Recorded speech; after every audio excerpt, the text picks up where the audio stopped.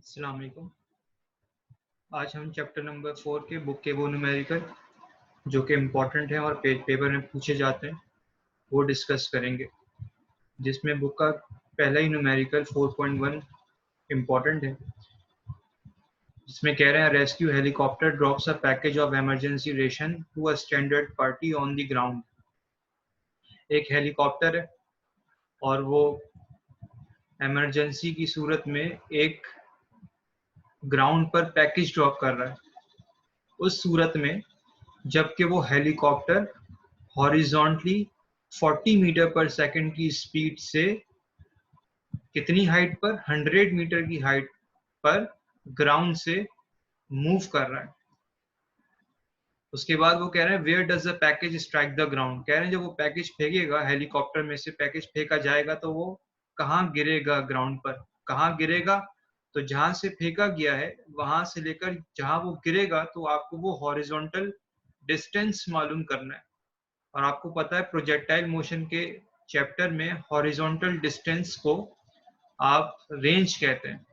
और अगर वो कंप्लीट रेंज हो, कंप्लीट रेंज का मतलब स्टार्टिंग पॉइंट और एंडिंग पॉइंट की हाइट सेम हो, तो आपके पास जो प्रोजेक्टाइल बनता है वो कंप्लीट बनता है। लेकिन यहाँ पे ये सूरत नहीं है।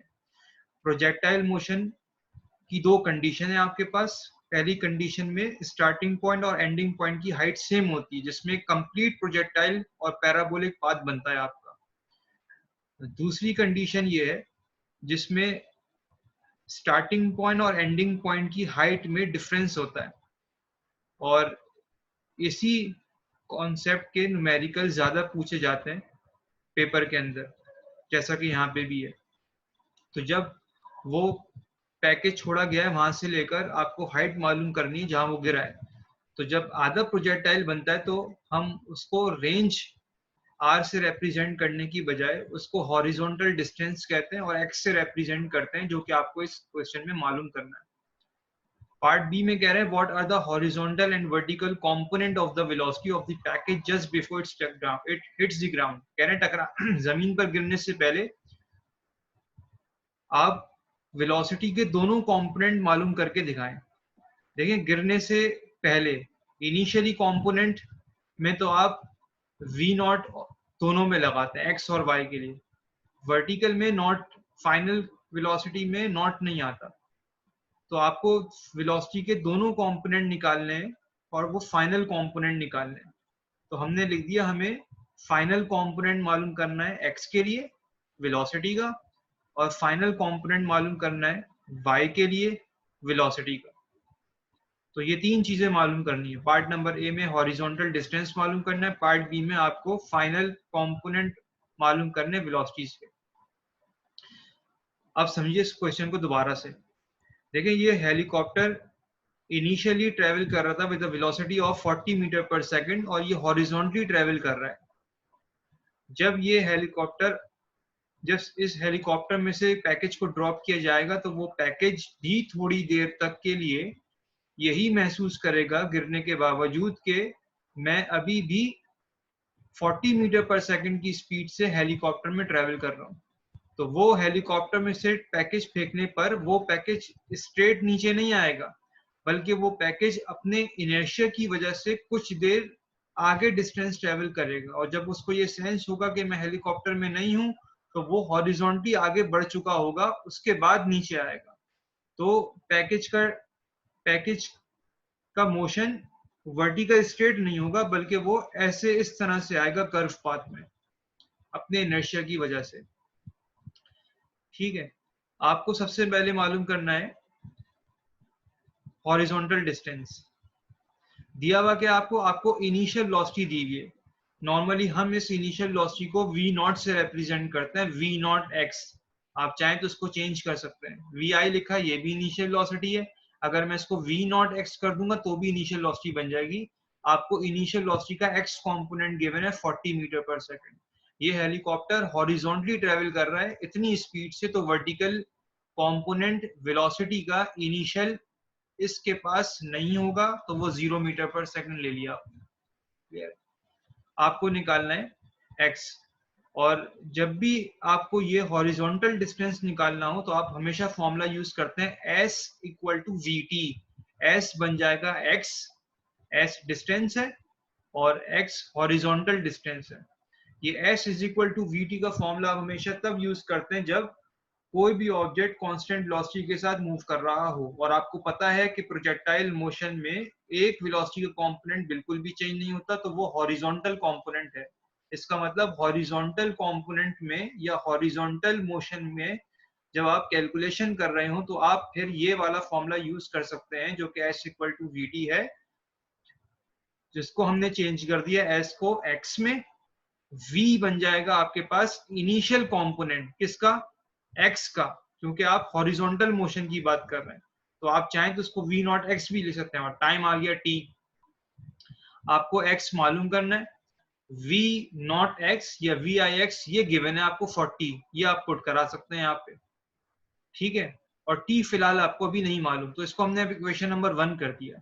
ये t फाइंड आउट करने के लिए हमने फॉर्मूला यूज किया Newton second law of Newton second equation of motion, जो कि होती है s equal to v i t plus half a t square. और ये फॉर्मूला हमने यूज किया वर्टिकल मोशन के लिए। तो s को हम बना देंगे h, क्योंकि वर्टिकल मोशन में s का डिस्टेंस हाइट के तौर पे लिखा जाता है। और vi बन जाएगा vi y, आप इसको v नॉट y भी लिख सकते हैं। y क्यों लिख रहा हूँ, क्योंकि मैं अब वर्टिकल मोशन की बात कर रहा हूँ।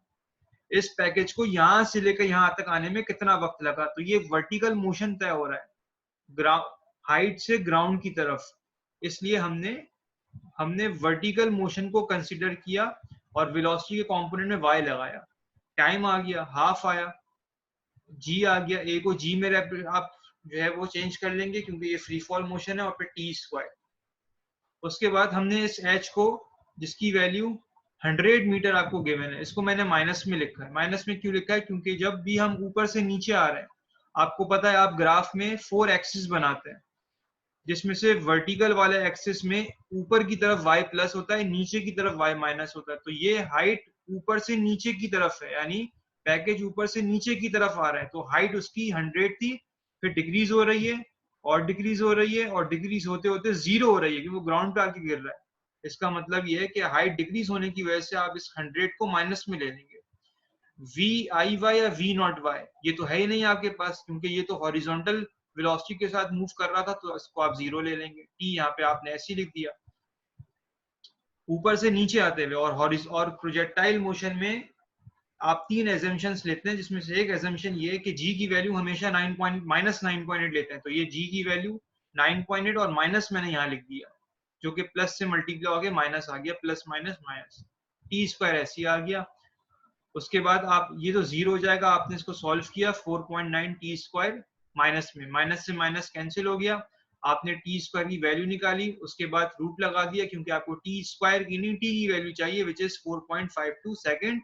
और आपने इसको इक्वेशन नंबर 1 में टी की जगह पुट करवा दिया, टी की वैल्यू आ गई 4.52, वी आई एक्स या वी नॉट एक्स ये आ गया 40। तो ये आपने मल्टीप्लाई करने पर आपके पास x का आंसर आएगा 180.7 मीटर। यानी कितना डिस्टेंस ट्रेवल करा उस पैकेज ने ग्राउंड से, 180.7 मीटर।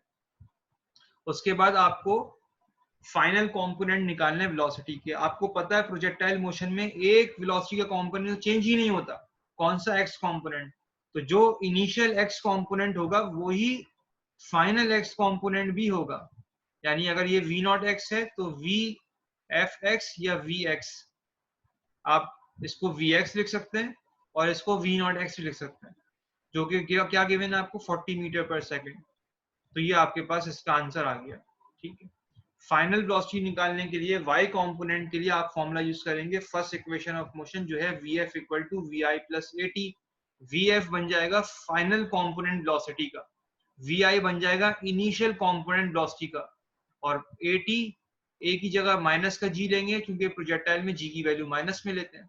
ये आपने निकालना है, जिसको आप चाहें तो ये vfy लिख दें या vy लिख दें। ये है v नॉट y या viy, जो कि 0 है, और g की वैल्यू 9.8, t की वैल्यू आप ऊपर निकाल चुके हैं 4.52। मल्टीप्लाई करने पर आपके पास माइनस में आंसर आ जाएगा फाइनल वेलोसिटी का -44.3 मीटर पर सेकंड। उसके बाद बुक का जो न्यूमेरिकल इंपॉर्टेंट है 4.6, उसमें कह रहे हैं a diver leaps from a tower with an initial horizontal velocity component. क्या कह रहे हैं? एक डाइवर जो है वो जंप कर रहा है और उसकी आपको इनिशियल हॉरिजॉन्टल वेलोसिटी, वेलोसिटी का मतलब v, इनिशियल का मतलब नॉट, हॉरिजॉन्टल का मतलब x, v not x component दिया हुआ है आपको वेलोसिटी का कितना 7, और अपवर्ड वेलोसिटी कंपोनेंट भी दिया हुआ है v नॉट y 3। तो v not x v not y given है आपको, v नॉट x 7 है, v नॉट y 3 है। कह रहे हैं आप find the component of her position, position के कंपोनेंट निकालें। पोजीशन कौन कौन सी होती? दो, एक x और एक y। कितना दूर जाके गिरा ये डाइवर, x निकालना है, और कितनी हाइट का डिस्टेंस कवर किया, y निकालना है। और इसके वेलोसिटी के भी कंपोनेंट निकालने हैं गिरने से पहले पहले, यानी फाइनल कंपोनेंट, यानी vx और vy। x निकालना है, y निकालना है, पोजीशन के कंपोनेंट और वेलोसिटी के कंपोनेंट vx और vy निकालने हैं। क्लियर है? और इसी तरह बिल्कुल सेम है, हॉरिजॉन्टल डिस्टेंस निकालने के लिए हमेशा फॉर्मूला यूज करते हैं x equal to v naught x t, जो कि s equal to v t से आता है। x निकालना है, वी नॉट एक्स आपको गिवन है 7, t की वैल्यू आपको क्वेश्चन में दी है 1 सेकंड, तो ये 7 मीटर आ गया। वर्टिकल पोजीशन और वर्टिकल डिस्टेंस निकालने के लिए आपने फिर second equation of motion use की, जो कि s equal to v i t plus half a t square हो गया। s हो जाएगा y, क्योंकि आप वर्टिकल मोशन की बात कर रहे हैं। vi हो जाएगा v not y, v not का मतलब इनिशियल वेलोसिटी, क्योंकि यहाँ पे इनिशियल ही आती है, और y क्यों लगा रहे हैं? क्योंकि हम वर्टिकल मोशन की बात कर रहे हैं। उसके बाद हाफ जी टी स्क्वायर, तो v नॉट बाई 3 गिवन है, t आपको 1 गिवन है, हाफ आ गया, g is always minus 9.8 and t is again 1 to the whole square. उसके बाद आप इसको सॉल्व कर लेंगे, y का आंसर आ जाएगा माइनस 1.9 मीटर। तो आपने पार्ट ए का आंसर निकाल दिया x और y का। इसी तरह आपको, जिस तरह आपने पोजीशन के कंपोनेंट निकाले, इसी तरह अब आपको वेलोसिटी के कंपोनेंट निकालने हैं। और आपको पता है एक वेलोसिटी का कंपोनेंट तो चेंज ही नहीं होता, कौन सा है? Horizontal component. तो जो आंसर v नॉट x का होगा वही आंसर vx का होगा, और वो क्या गिवन थी आपको? 7 मीटर पर सेकंड। ये बात आप यहाँ लिख कर डायरेक्ट आंसर लिख देंगे। उसके बाद आपको वर्टिकल कंपोनेंट निकालना है वेलोसिटी का, वो बिल्कुल वैसे ऐसे ही निकालेंगे जैसे लास्ट क्वेश्चन में निकाला था। और आप फर्स्ट इक्वेशन ऑफ मोशन लेंगे, vf equal to v i plus a t. vf final velocity जो कि vy बन जाएगा, vi इनिशियल वेलोसिटी जो कि v नॉट y बन जाएगा, क्योंकि हम वर्टिकल मोशन की बात कर रहे हैं तो y हर जगह आएगा। और ये gt, v नॉट y 3 है, g is always minus 9.8, t तो आप इसको मल्टीप्लाई करा देंगे पहले माइनस 9.8 को t से, जो कि 1 है, और उसके बाद आप 3 से माइनस करा देंगे, तो ये आपके पास आंसर आ जाएगा वी 5। इसके बाद क्वेश्चन नंबर 8, ये बहुत इंपॉर्टेंट न्यूमेरिकल है, पेपर में अक्सर पूछा गया है। A mortar shell is fired, a mortar shell is fired at a ground level, target 500 meter. एक शेल है, फायर कर रहे हैं, और कितने रेंज पर फायर कर रहे हैं? 500 मीटर। तो आपको रेंज गिवन है, सही, ये आपने लिख दिया रेंज 500 मीटर। और इनिशियल वेलोसिटी गिवन है, कंपोनेंट गिवन नहीं है, सिर्फ इनिशियल वेलोसिटी, उसको हम v नॉट से रिप्रेजेंट करते हैं, जो कि 90 मीटर पर सेकंड गिवन है। आपको लॉन्च एंगल निकालना है थीटा। आपको r गिवन है, आपने कहा मैं मुझे सिर्फ r की इंफॉर्मेशन है, v नॉट का अपना तो इटसेल्फ कोई फॉर्मूला नहीं है, r की इंफॉर्मेशन है, तो आपने r का फॉर्मूला लगा दिया रेंज का, जो कि होता है v not square sine 2 theta upon g। v not की वैल्यू गिवन है 90, होल स्क्वायर कर दिया, g की वैल्यू 9.8। यहाँ g की वैल्यू आप माइनस 9.8 नहीं रखेंगे, क्योंकि ये फॉर्मूला आपने उसी सूरत में ड्राइव किया है जब g की वैल्यू आपने माइनस 9.8 रख दी थी। अब दोबारा रख देंगे तो वो गलत हो जाएगा, तो सिर्फ आप g की वैल्यू सिर्फ नंबर पुट कराएं 9.8। साइन 2 और थीटा की वैल्यू तो आपको मालूम करनी है। इसको सॉल्व कर लेंगे, जो आंसर आएगा 500 से डिवाइड करवा देंगे। उसके बाद आप साइन 2 थीटा की वैल्यू निकालने के लिए पहले साइन को उस तरफ भेजेंगे, साइन इनवर्स होगा इस वैल्यू का, और 2 से डिवाइड करा देंगे, तो ये आंसर आ जाएगा 18.6। याद रखें, प्रोजेक्टाइल मोशन में दो एंगल्स पर रेंज सेम आती है, तो लॉन्च एंगल निकालते वक्त आप दूसरा एंगल मालूम करेंगे। वो मालूम करने का तरीका क्या है, फिर सुन लीजिए। मैंने आपको कहा कि प्रोजेक्टाइल मोशन में रेंज दो एंगल पर सेम आती है, यानी अगर एक रेंज 500 मीटर इस एंगल पर आएगी तो यही रेंज 500 मीटर किसी और एंगल पर भी जरूर आएगी। और वो कैसे मालूम करेंगे आप? वो इस फॉर्मूले से मालूम करेंगे, θ1 plus θ2 is equal to 90 degree, क्योंकि प्रोजेक्टाइल मोशन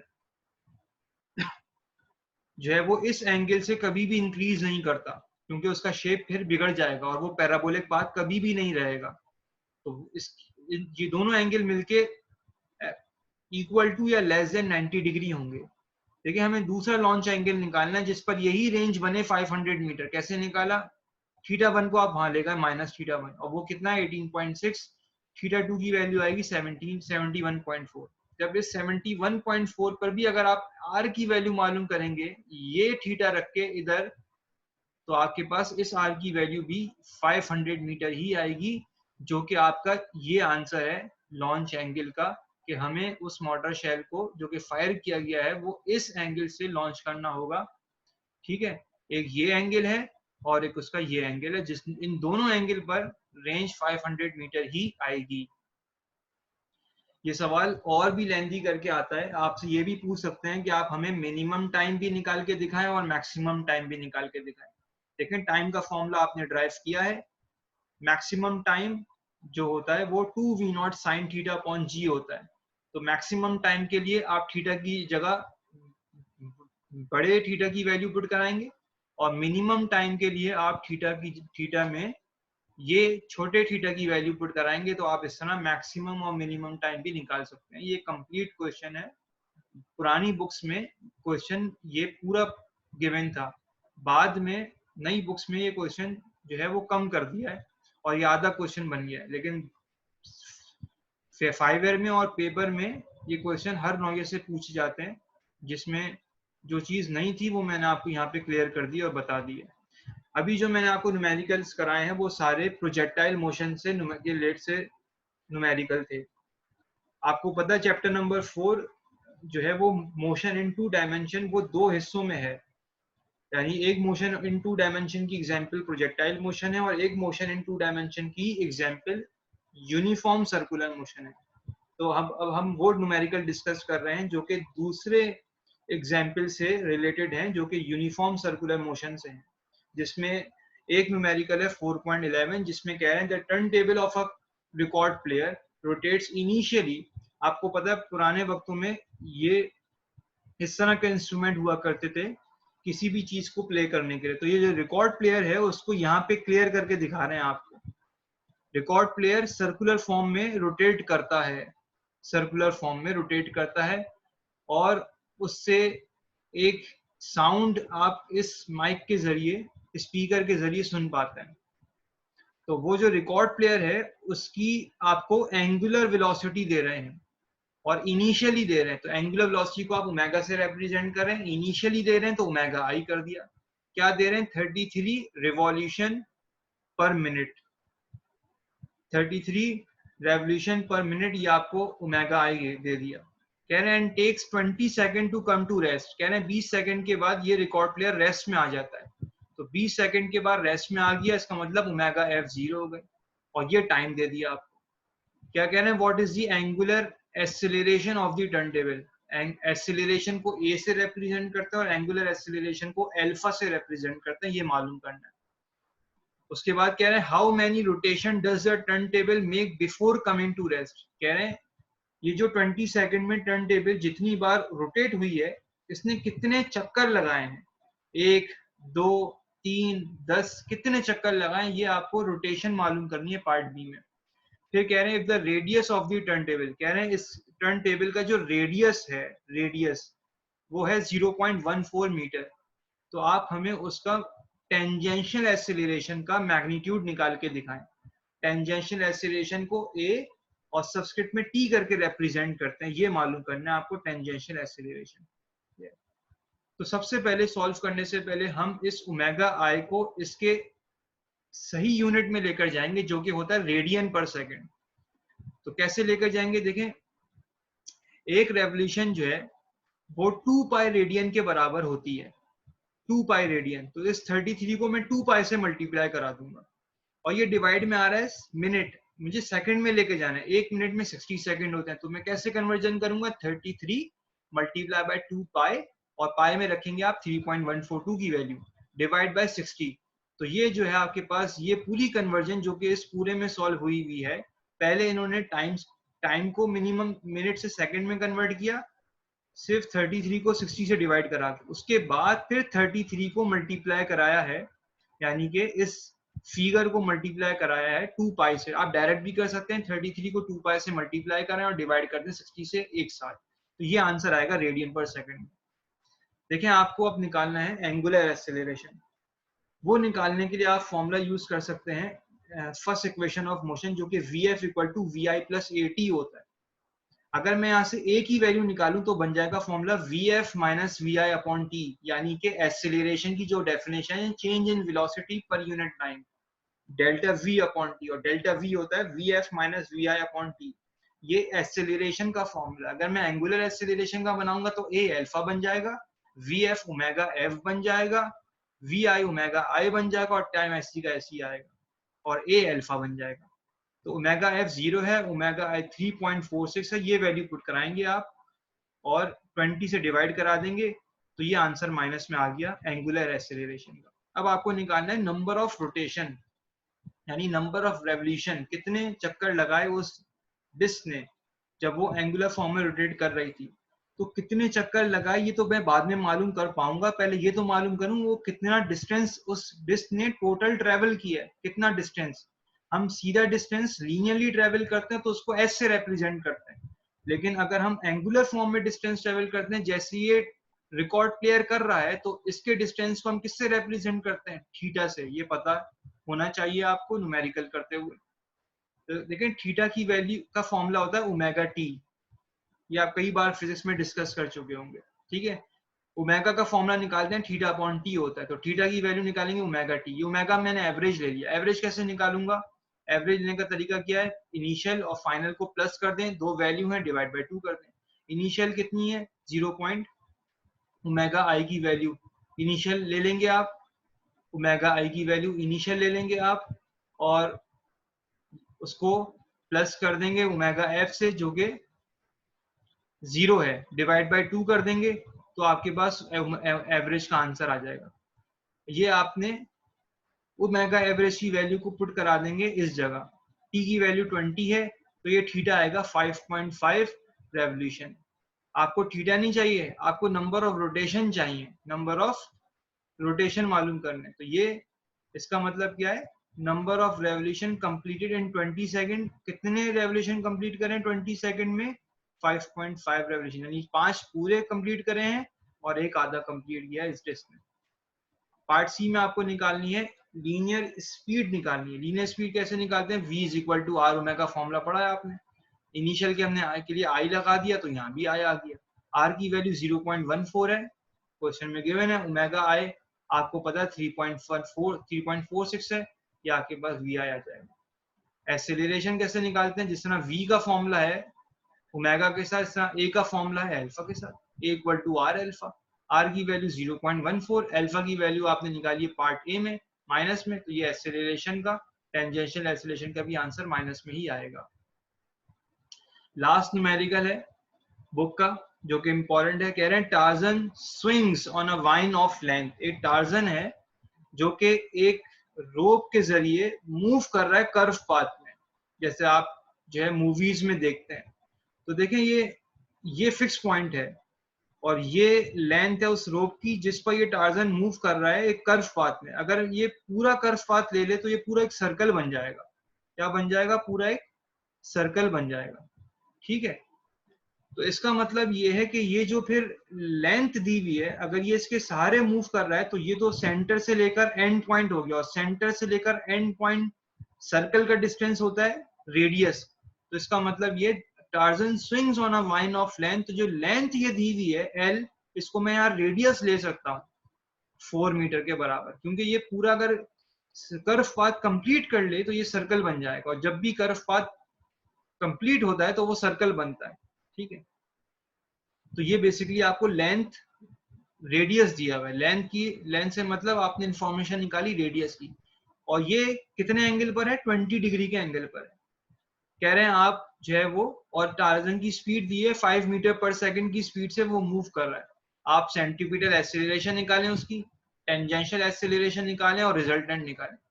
तो याद रखें सेंटीपीटल एक्सेलरेशन निकालना आसान है। क्यों निकाल रहे हैं? कर्व पाथ में मूव कर रहा है सर्कुलर फॉर्म में, तो कोई भी चीज सर्कुलर फॉर्म में कर्व पाथ में मूव करे सेंटीपीटल एक्सेलरेशन होती है v स्क्वायर अपॉन r के बराबर। v आपको 5 गिवन है, 25 हो जाएगा ये, क्योंकि f का 5 का स्क्वायर कर देंगे, r की वैल्यू 4 है, ये एक्सेलरेशन आ जाएगी सेंटीपीटल। टेंजेंशियल एक्सेलरेशन कैसे निकल रही है? स्लोप के फॉर्मूले से। और कैसे स्लोप का फॉर्मूला लगाया? तो देखें ये टार्जन जो कि इस रोप को होल्ड किए हुए है, वो उस ट्री से 20 डिग्री के एंगल पर है, तो ये एक स्लोप बन रहा है।